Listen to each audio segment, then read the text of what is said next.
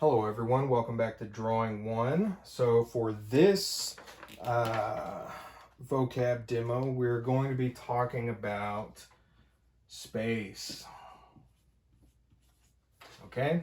And in particular, we're going to be talking a little bit about ways in which we can create the illusion of realistic space within the two-dimensional field, okay? Now, first and foremost, we talked about these somewhat already, but we have mass, volume, and space as our first three major definitions for this. So mass, once again, refers to the physical bulk of a solid body material, also referred to as form sometimes. Volume itself is when mass is encompassed by space, and space is the indefinable general receptacle of all things, the seemingly emptiness around us. However, within this space, there are some ways that we can go about creating elements that begin to reference the illusion of realistic space within the two-dimensional field. So one way that we can go about this is through a process known as overlapping and diminishing size. Overlapping.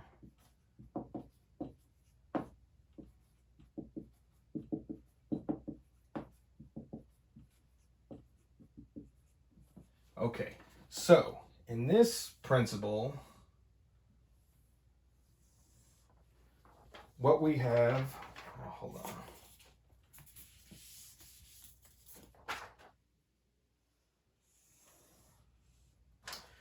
All right, so what this refers to, overlapping and diminishing size, refers to the immediate assumption of one object in front of another distant object appears larger than those that are far away from our perception. So let's say, and this gets into overlapping and also, so we're going to show two examples of this. So let's say we have an area, a space, if you will. But within that space, let's say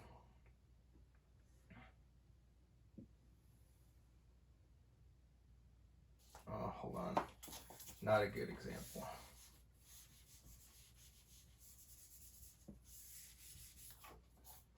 Let's move that guy up.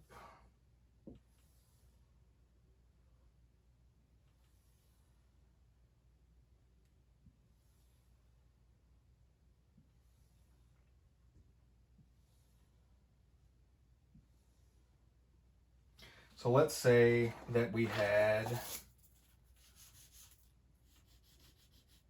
a colonnade.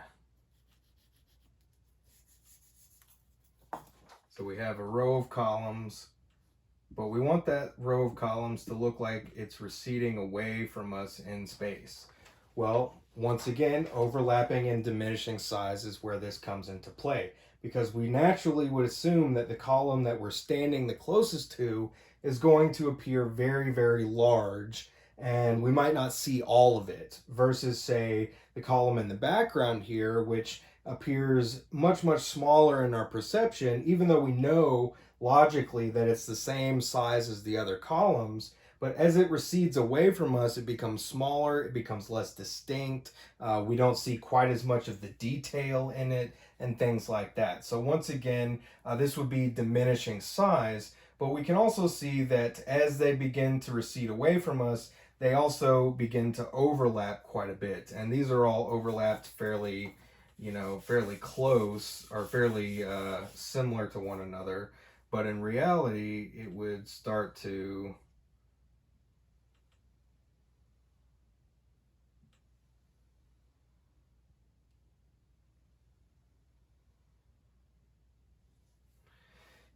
get to where we pretty much didn't even see them on the opposite end there. So once again, this is where overlapping comes into place, because logically we would know, or we would expect that, each column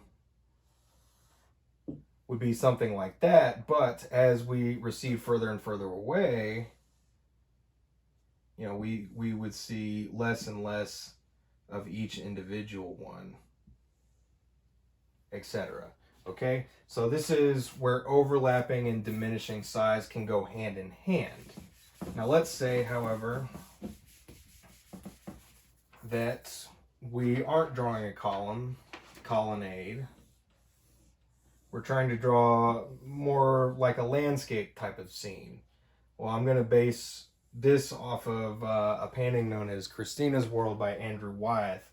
Now, in his painting, we have this figure of a girl, Christina, who is kind of situated here, and she's got like a dress on and whatnot. She's kind of having a picnic, but we can see her house way off in the distance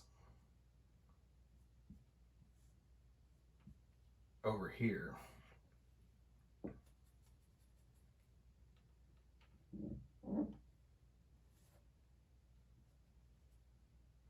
Okay, so what's interesting about this is where diminishing size begins to play more of a role, and this is also where what comes to be known as vertical placement comes into play here as well. So once again, we have a flat picture plane here, right?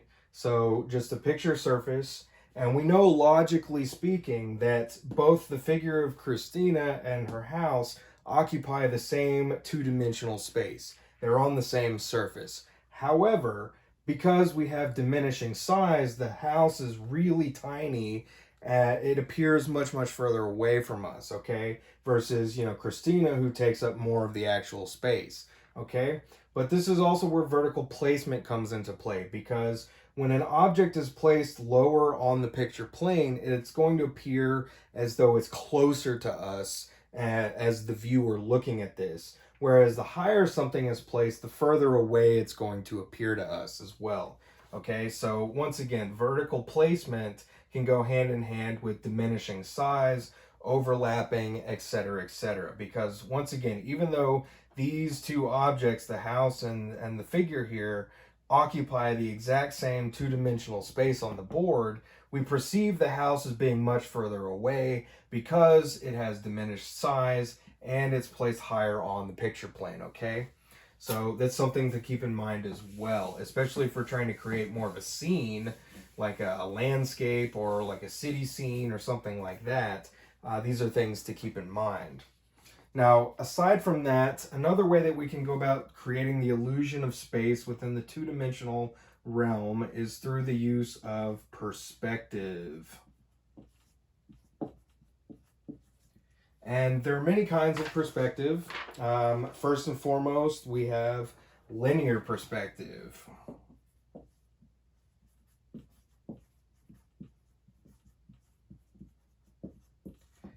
And linear perspective is a process developed during the Italian Renaissance to depict the way objects in space appear to the eye, okay? And there are multiple forms of linear perspective. Breaks down into 1 point, 2 point, and 3 point. And I'll do a few examples of these as well. Okay, so let's just go ahead and erase that. So, within linear perspective,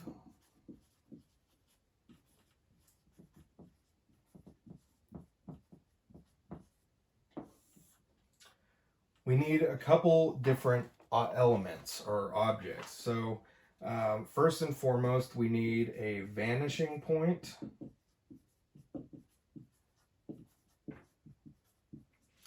We need a horizon line.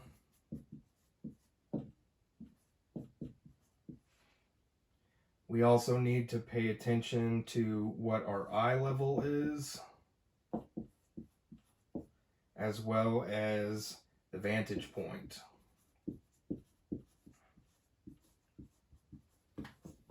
All right, so the vanishing point refers to the point where all parallel lines optically converge on one another at the horizon line.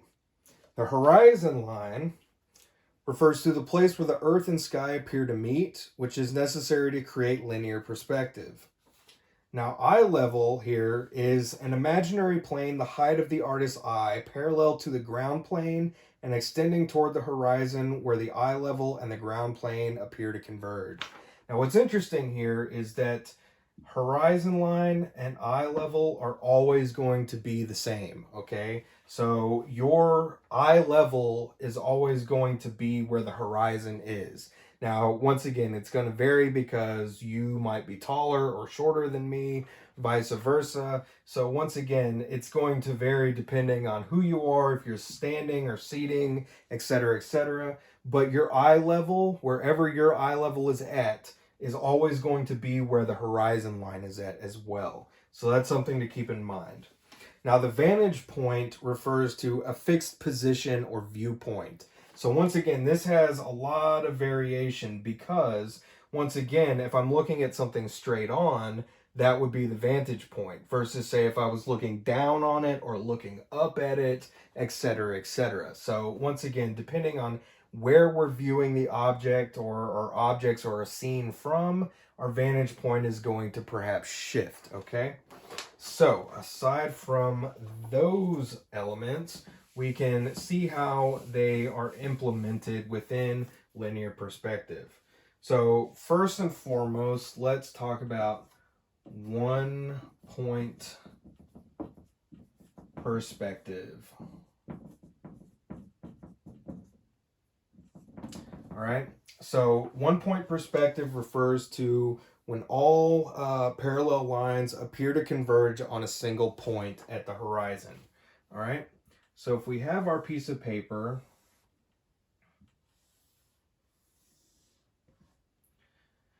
let's say our horizon line cuts just about through the middle. I usually like mine to cut a little lower, a little higher than middle, just depending on what we're doing. But so here's our horizon line. This is also our eye level. And our vantage point is going to be, let's say, kind of just general. Well, we need a vanishing point. So let's put our vanishing point there. All right. Now, from that, we're also going to want a ruler or a yardstick to use with this because all of our parallel lines need to be straight and they all need to converge at the same place. So let's take my ruler here. Actually, first and foremost, let's make a shape, okay?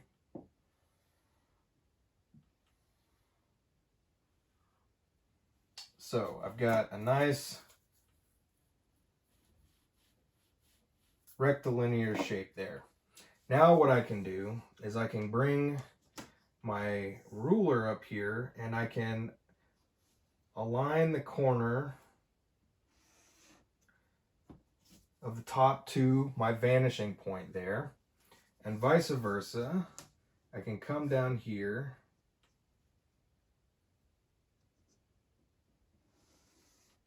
and do the same thing. Now what I can do is I can make another horizontal line that cuts across.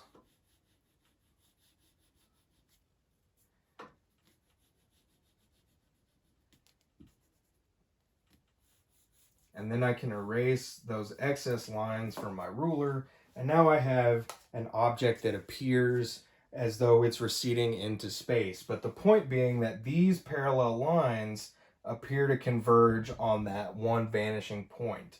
Now let's say, however, that I wanted to do something, a little different. So in this case, this would be an object that's basically, my vantage is straight onto it, all right? Now I'm slightly to the side and whatnot. However, we see it pretty much at the same level that we're at here. But let's say I wanted to look down on something or an object. I can once again come over here.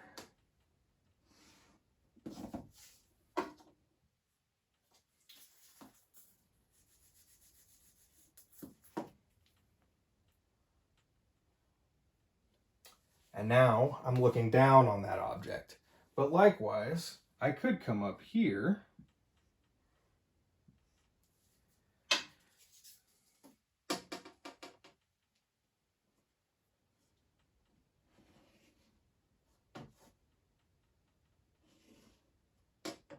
and make something that looks as though I am looking up at it. Now in this case, you can see that both this guy and this guy only had 2 lines, whereas this guy has 3. Now that's going to depend on, once again, where in space our object is, okay? And so we're going to want to make sure to, you know, kind of connect all of those points that we see to our vanishing point, all right? So all of those parallel lines that we would see, okay? And then likewise, we could come in here and, you know, shade everything and make it look more realistic and whatnot. Now, so that's a very, very basic way of doing this. But once again, I could also come in and use that same point and start to make variations. So let's say I wanted this guy to be like a, you know, building or something. I could come in and I could make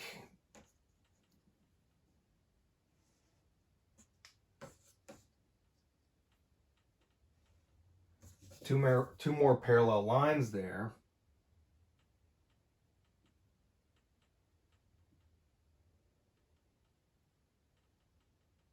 And then I could add a few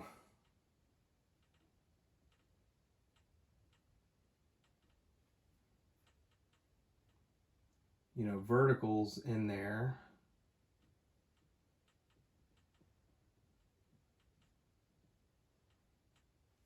And now I've got 2 windows, but they also converge on that parallel and they echo the same parallel lines going in here. So everything looks cohesive.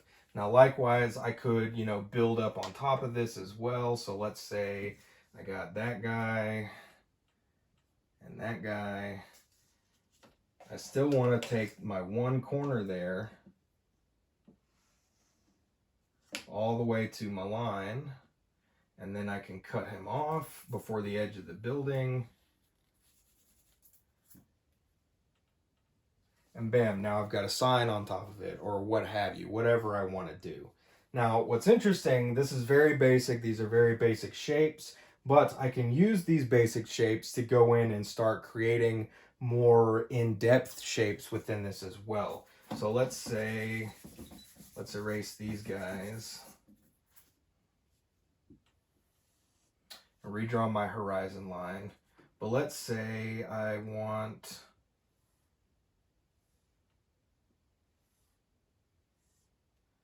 something like that. Well, hold on. Let's make it more interesting than that.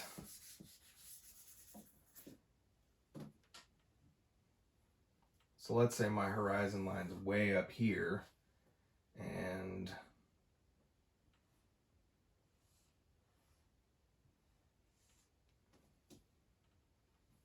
I want something like that. Well, once again, I can connect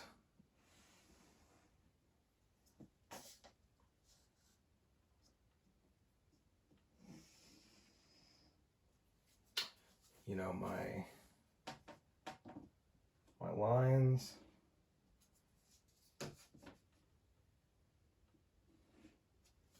And then create a box.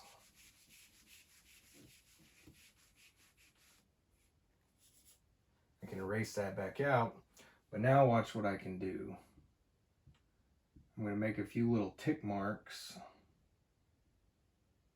in the corners here, all around in the kind of middle and whatnot. Now, let's say I wanted to make this a circle.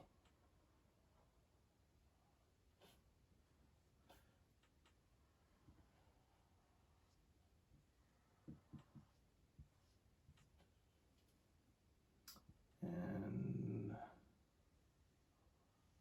vice versa. So then what I could do is sit there and say, well, it needs to be there,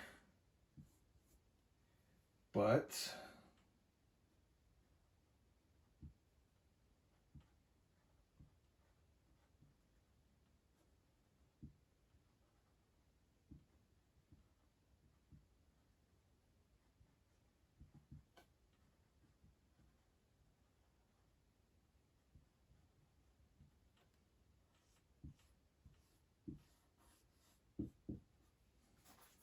can use that to then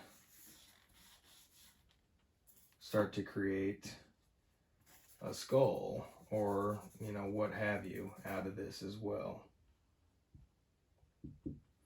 etc., etc. So I can use the basic square or shape to begin with, and then from there start to finesse it within the lines. So like, once again, let's just say something a little bit more basic. Now I'm not going to use the ruler here because I can eyeball it pretty well. Well, I say that.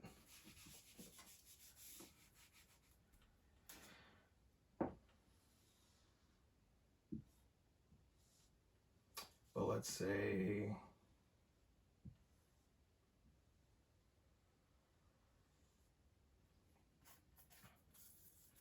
once again, I wanted something more rounded that fit into that kind of, you know, rectilinear kind of shape. So I could sit there and, you know, do all kinds of things with it. You know, I could, let's say,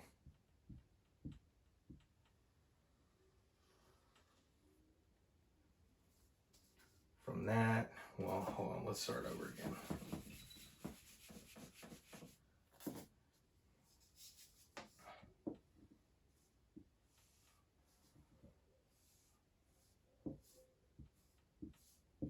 So I have a square.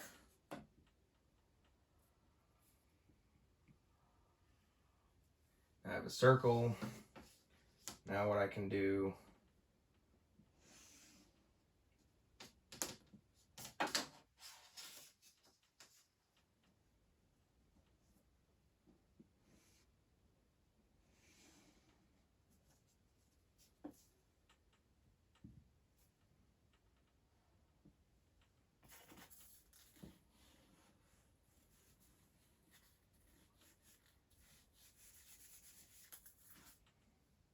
now obviously this could be better.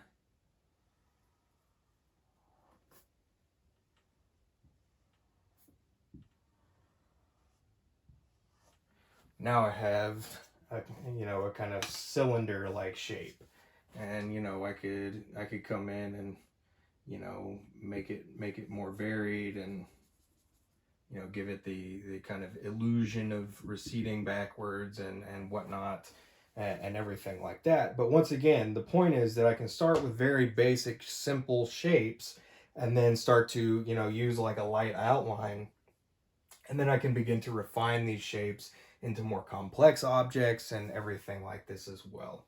Okay? So, besides that, besides 1 point, we also have 2 point. And this is going to work in a very similar way to 1 point, except that instead of having only 1 point, we're going to have 2 this time. Now, in 1 point, we can use multiple different, you know, points on there to create different elements from different angles. However, everything within each of those objects needs to recede on the same point. However, with 2 points, we can use multiple angles. So let's do a few things. So let's say our vanishing point is here and here. Well, let's draw a guy that straddles the horizon line there. So I can come over once again,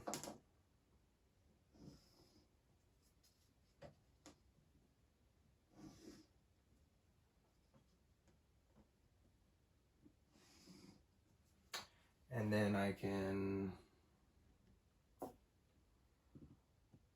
draw some parallels.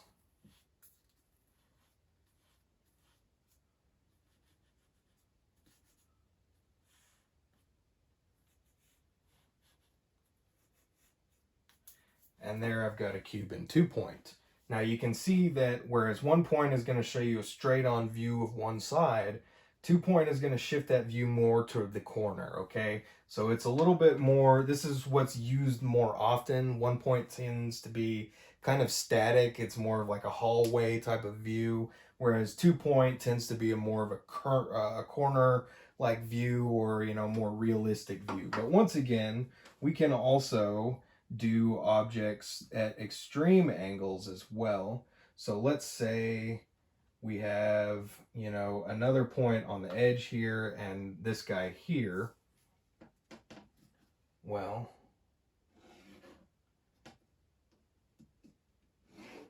I can connect those guys.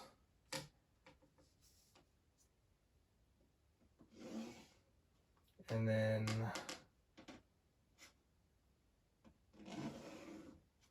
vice versa. Now what I want to do is come over here, and I want to say where the edges of my shape are going to be.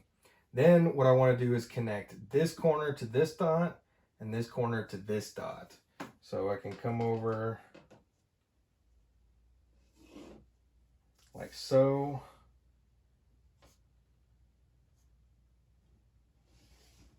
And like so.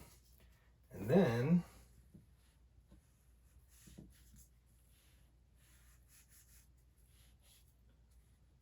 I can erase those off, and now I've got one that I'm looking up at. Or vice versa, I can, you know, look down on it and it would be the same. But I can also come over here and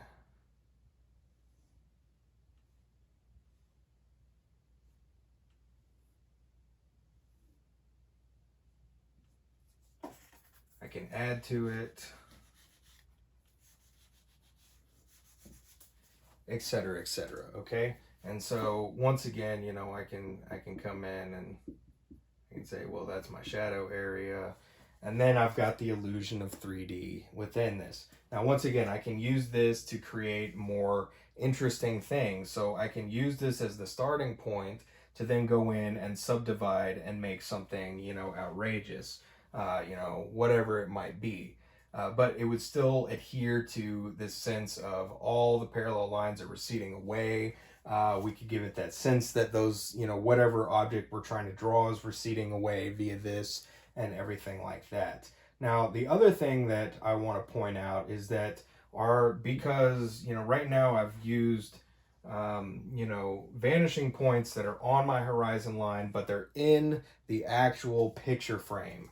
So my piece of paper. Well, let's say I wanted to draw an object that was bigger than that, and the, you know, vanishing points were not contained within the picture frame. So what if my vanishing points were something like that, okay? So off the edges of the page, so way over here and over here. Well, what would that guy look like? Well, let's draw that there. Now, I'm not going to go all the way to the line just so I'm not obscuring everything else that I'm doing. I'm pretty good at eyeballing, but something like that.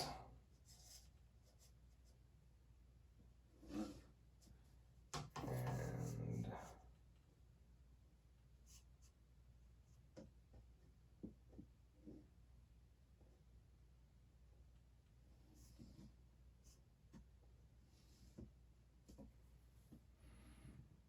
I want something like that. Now, once again, if I was using this point, it would be much more shallow. So if I wanted something more wide angled, I can come out off the page there if I want.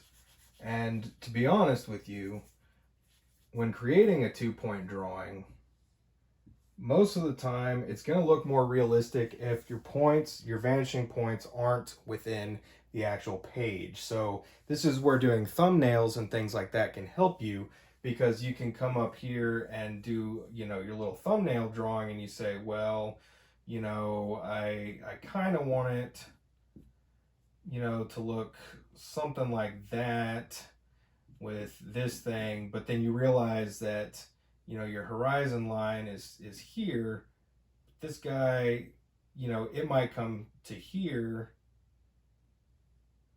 just off the page, whereas this guy, you know, comes way off over there onto off the page, the edge of the page. So you can use your thumbnail to kind of sketch out how you think it's going to look, and then you can, you know, use a ruler to say, oh, well, you know, my vanishing points are going to be way off the edges of the page if I do it like this. And then you can adjust accordingly once you start on your actual drawing in full scale. So that's something else to keep in mind as well. But once again, just to show you a little bit of something like how we can, you know, kind of transform some of these elements. So like, let's say we wanted to draw a sphere instead of a cube. Well, we can start by making the cube to get our sense of perspective down. And then we would know that based on our light source being kind of here, that, you know, this side of the sphere needs to be shadowed, and then we can come through and kind of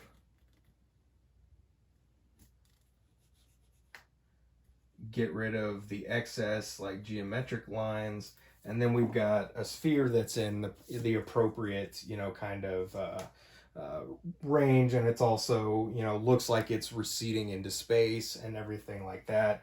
Vice versa, you know, we could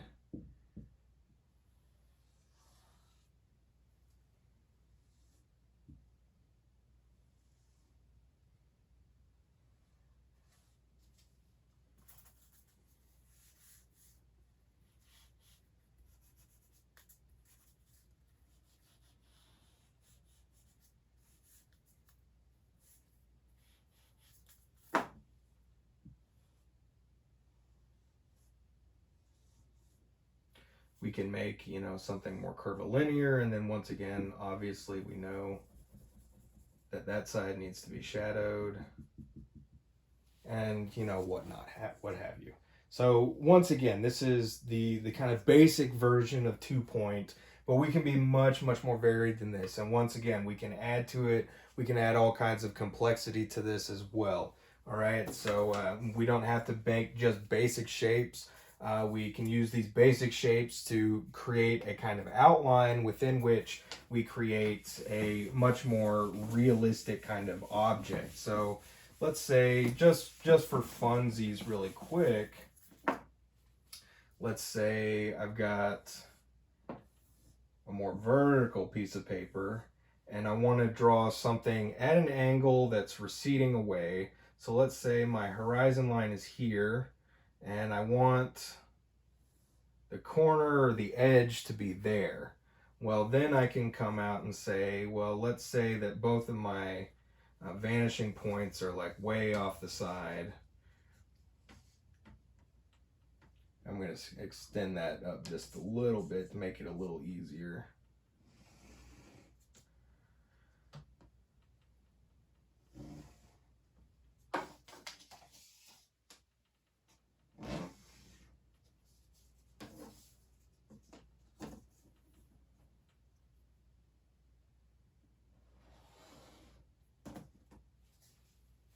All right, so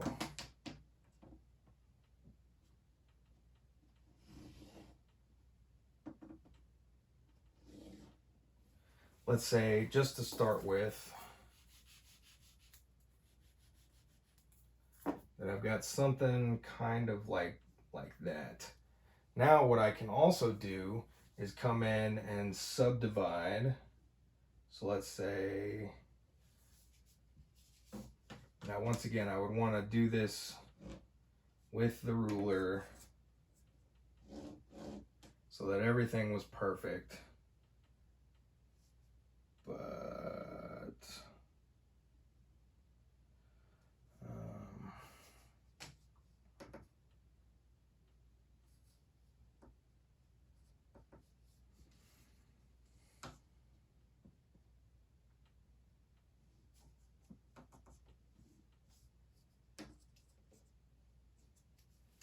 so, you know, I could come in like this, and then I could say, oh, well, let's see.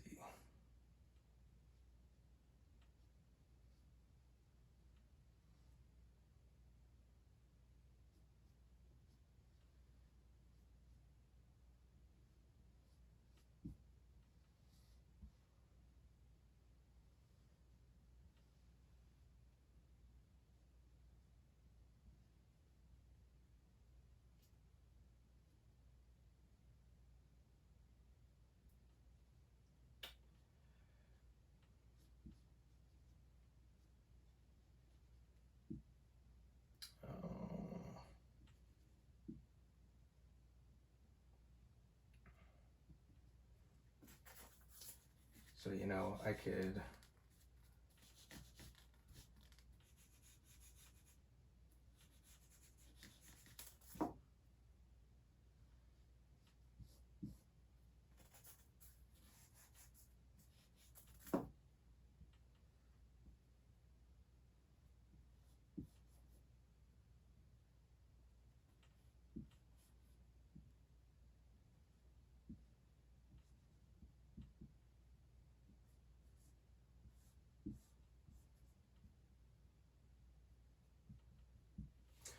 So, you know, I could use that basic shape to then go in, round the corners off, subdivide within, and start to create a much more complicated image. So I was just off the top of my head trying to do a squirt bottle or something. But once again, it's you know, an easy way to start very basically as a form of guidelines that then we can create more realistic imagery from, okay?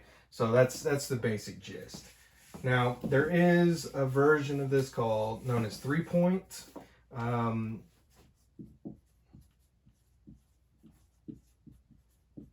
But it's much more for really extreme kinds of angles and things like that. So, once again, if we have our paper, you know, we could, let's say our horizon is here, and I've got my vanishing points off either side. Well, I also want, you know, a vanishing point up here. But let's say I've got that line there. Now what I want to do, so that's my corner. I want to connect, you know, from the corner edge to my vanishing points. However, instead of drawing straight lines this time, what I want to do is make my lines come up to this point. So now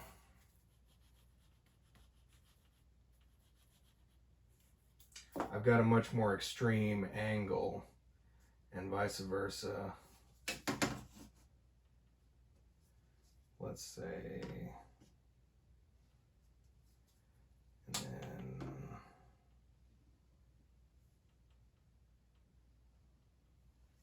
something more like that. So 3-point is more for really extreme perspective, like you're looking up at something, like a tall building, or like you're looking down off the roof of a building, things like that. So, you know, vice versa.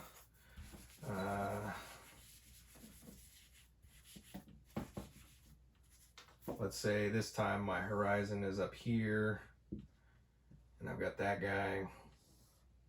Well,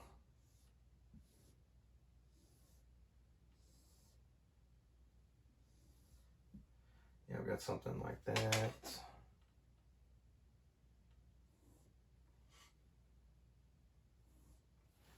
And then, you know,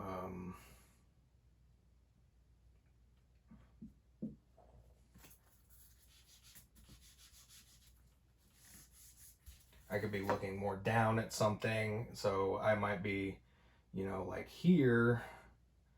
And let's say, you know, we got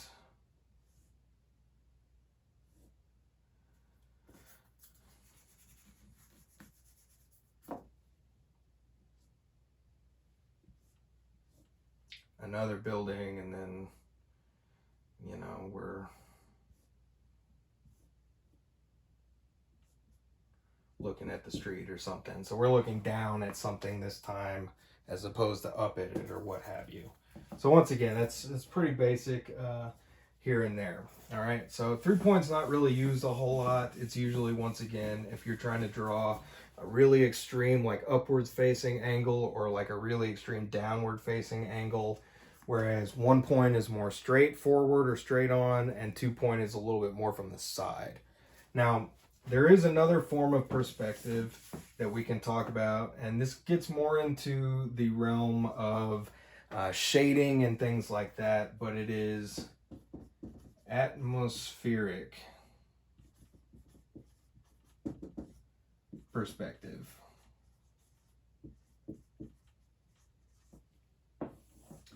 And this is also referred to as aerial perspective or nonlinear perspective, and it's a means for giving the illusion of depth through changes in color, intensity, and detail. So this also goes hand in hand with overlapping and diminishing size as well as vertical placement. So for instance, atmospheric perspective can also be used in conjunction with 1, 2, and 3D or 3-point perspective. But let's say, we've got a scene and we want to make it look atmospheric and realistic. Well, obviously, if we have our horizon here, the further something away is from us, the higher it's going to be. So let's say the horizon line's like really far away. So we're going to put it up here at the top. Now let's say we're looking at the horizon line of like Fort Worth from a distance. Well, we might be able to see, like the little buildings here and there on the horizon and whatnot. But they're going to be fairly small and fairly indistinct, because as things recede away from us, once again, they're going to get smaller. They're going to look higher up on our plane, but they're also going to be less detailed. They're going to be less dark, so they're going to be very lightly colored. If you look at the horizon line towards like downtown Fort Worth or Dallas, you might be able to see it on the horizon, but it's going to be very tiny. It's going to be very light blue, something like that. Versus, say, things in the foreground, which are going to be much, much more, distinct and built up. So then let's say, we got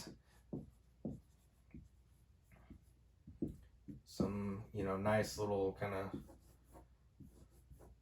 tree or something here.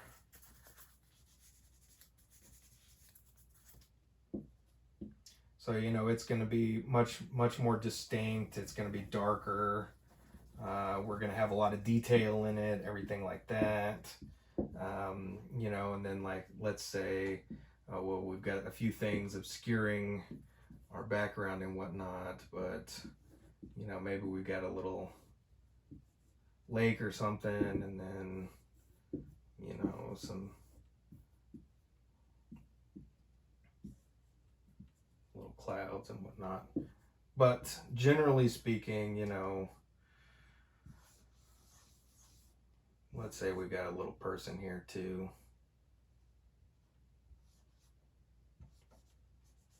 Once again, very simple diagrams. But once again, larger because he's lower on the picture plane towards us, more detailed versus the city in the background, less detailed. We're also going to have much more, kind of dark passages of stuff up here in the foreground, versus it getting much lighter as we recede back and everything like this. So it's kind of a, it breaks down somewhat. Hold on, let me see if I've got another example here. No. Anyway, regardless, the main idea here is that as things recede away from us, they get lighter and less distinct. And as they come forward towards us, they're going to get darker, more detailed, etc. Now, there are some variations in this. It depends on what we're doing. A nighttime scene is going to be different than this, obviously, and because the lighter elements are probably going to be closer to us, whereas it's going to be darker further away, etc., etc. Depending on what type of lighting, that can change as well. So, if we've got a really bright, middle of the day kind of scene versus a sunset, versus early morning or something like that, a lot of these things can change, and everything like that. So in the middle of the day, the city might appear, very light on the horizon, whereas in the evening it might be silhouetted against the, the kind of sunset or whatnot. So there's a lot of variation in there. But once again, this is where looking and seeing can come in handy, because We want to be able to see where these things are changing or where these changes are being made, etc., etc. All right. So, and once again, we'll talk a little bit more about this as we begin to discuss the actual shading of a drawing and everything like that. But until then, thanks for joining me. We'll see you again next time.